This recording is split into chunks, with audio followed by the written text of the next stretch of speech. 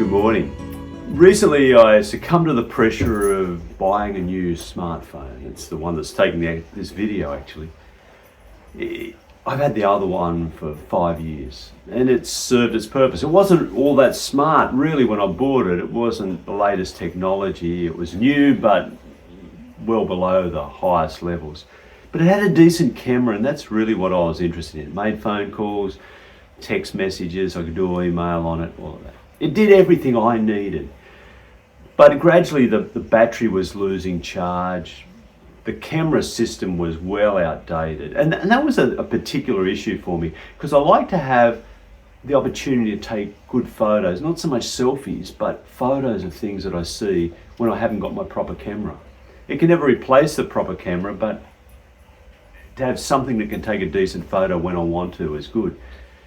The major impetus for the new thing though was the realization that the security updates had stopped coming through a couple of years earlier.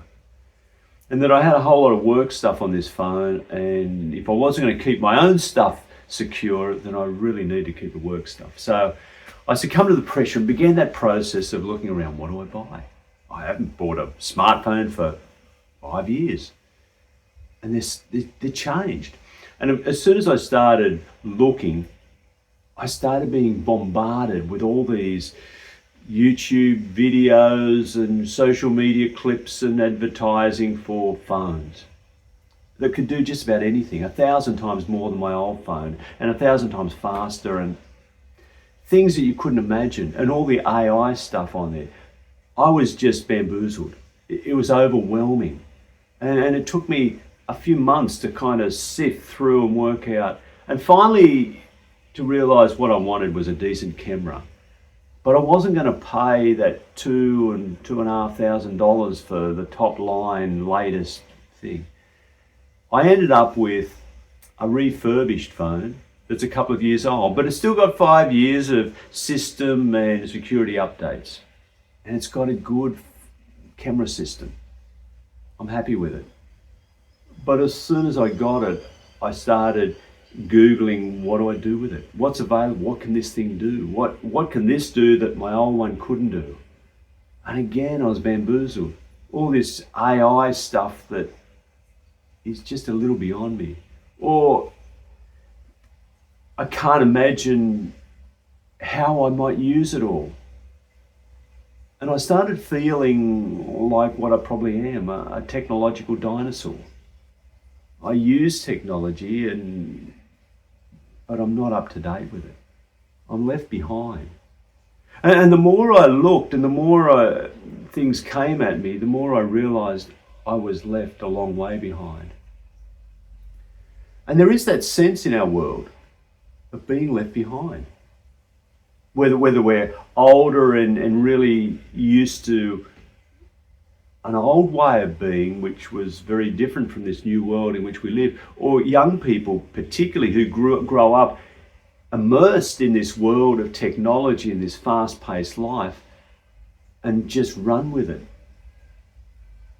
I get the sense that most of us are feeling a little left behind, some more so than others. And there's pressure to keep up, to do what other people seem to be doing. I read a story just recently by a German social theorist, Hartmut Rosa, and he's talking about the advent of email. He said before email, 3 decades ago, people would write letters, and often handwritten letters in a proper form, neatly written out and composed and in a proper structure. And they would converse with someone, and it might be asking a question or raising an issue or having a conversation. And they would write maybe 5 or 6 letters, and it could take a couple of hours to either type out or write out, then put in envelopes, go down the post office and post. And then you'd wait a week or two for a reply. By the time it got to the other person and they composed their response and posted it back, it could be up to 2 weeks. And so a conversation could take months. But then the email came along and it promised, look, what you do in a couple of hours and take weeks or months, we can get done in half an hour and you get a response almost immediately. And then you've got all this free time. You've got an hour, hour and a half to go for a walk, read a book, watch a movie, visit a friend. Won't that be wonderful? And maybe initially it was. We could send that email. Not everyone was on email and no one checked it quite every moment of the day and didn't have smartphones. And so it might take a few hours or whatever to get a response, or a day or two. But we could compose those emails much quicker, and we did have a bit more time. But soon that time, that space we had was filled. Because as soon as we open our inbox, it's not empty. There's 20, 30, 50, 100 emails that we've got to reply to. Now some are junk and we can turf out, or some just a very quick response. But some require more time. Or there's an attachment of 20 or 30 pages we're supposed to read. And suddenly, instead of having that extra hour, hour and a half, we're taking 3 or 4 or 5 hours just to deal with our emails. And we're communicating with so many more people so much more quickly. We're filling our time with so much more stuff. And it becomes an expectation.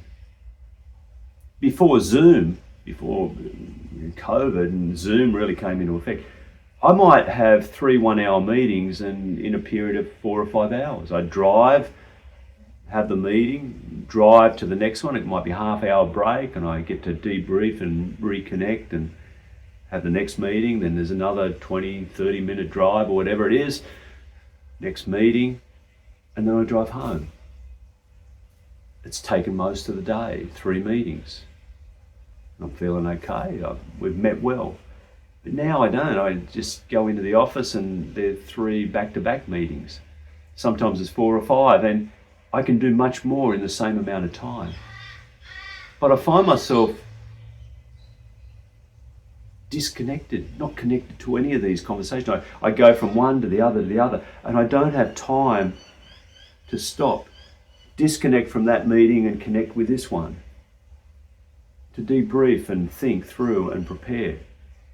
I just go from one to the other, and it just adds to this sense of busyness and exhaustion, this sense of where am I?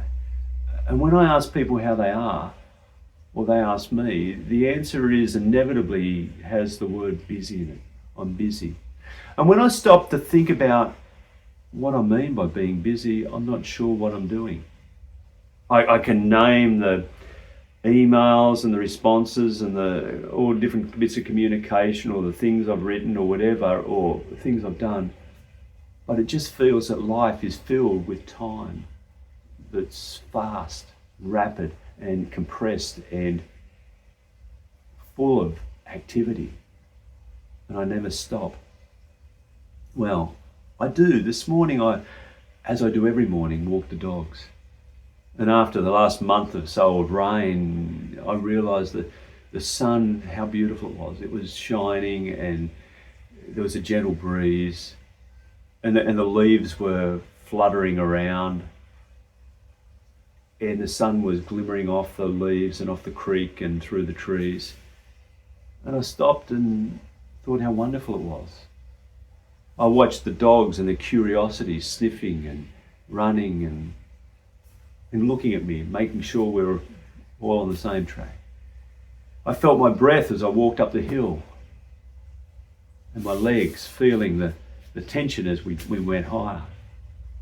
I watched the creek that's been full, now down again, flowing, wondering where that water flows to, where it will end up.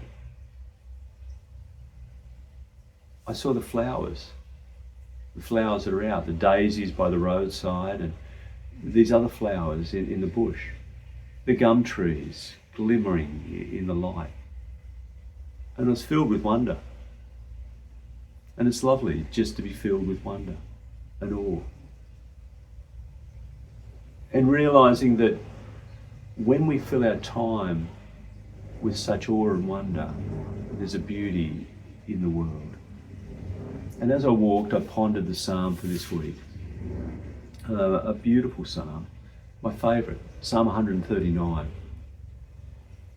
And what I like is this personal experience, this personal encounter of the writer, where he or she writes about this experience of God. And in the world in which I live, a flattened, materialistic world, God is pushed, if not to the edges, then out of life completely. And spirit is lost in this compacted, materialistic existence that's rapid-paced in keeping up. And keeping up the pace of life, I lose sense of this God or spirit, because nothing matters but doing the next thing. But as I read this psalm again and pondered it, this experience of a person who knows this God's presence, who speaks of the intimacy of being known, that this God knows me intimately. Every word before it's formed on my lips, every thought I think. This God was there forming me in my mother's womb, knew me before I was, and is with me in every moment of the day. The psalmist says, if I fly on the wings of dawn to a far off place beyond time, you are there. If I go to the highest places or the lowest places, you are there. The furthest east or west or north or south, you are there. I can't go anywhere to escape your presence and your knowing love. In everything I do and everywhere I am, you are there. You are there in the flowers on the journey of my walk today. You are there in the sunshine and the dogs licking me and wanting to be patted and petted. You are there in the conversations. You are there in the meal I eat and the friends I share with or family. You are there in my deepest moments of pain or joy. And you hold me, and you love me, and you know me, and you will not let me go. Whatever happens, you know me, and you love me, and you hold me. And I find this just an incredible antidote, if you like, to the alienation of the world in which I live. A world where it's filled with angst and anxiety and despair and depression, and basically existential alienation, where we're alienated from ourselves, never stopping to become aware of who we are or the life we're living. Alienated from other people as we rush past in the flow of life, and sometimes competing and pushing away. Alienated from the earth itself and its beauty and its wonder and our dependence upon it. And alienated most of all from this God of love who holds us and holds all things. And the antidote to this alienation is to be filled with wonder, is resonance, is to connect and be in relationship with people, with the earth, with God, and with myself. To take that space to just be and not worry if the world flows on beyond me. Because this moment will be precious and filled with love, grace, and hope. And that's life. And God invites us into this way of life, this way of living that is rich and full and for us. Amen.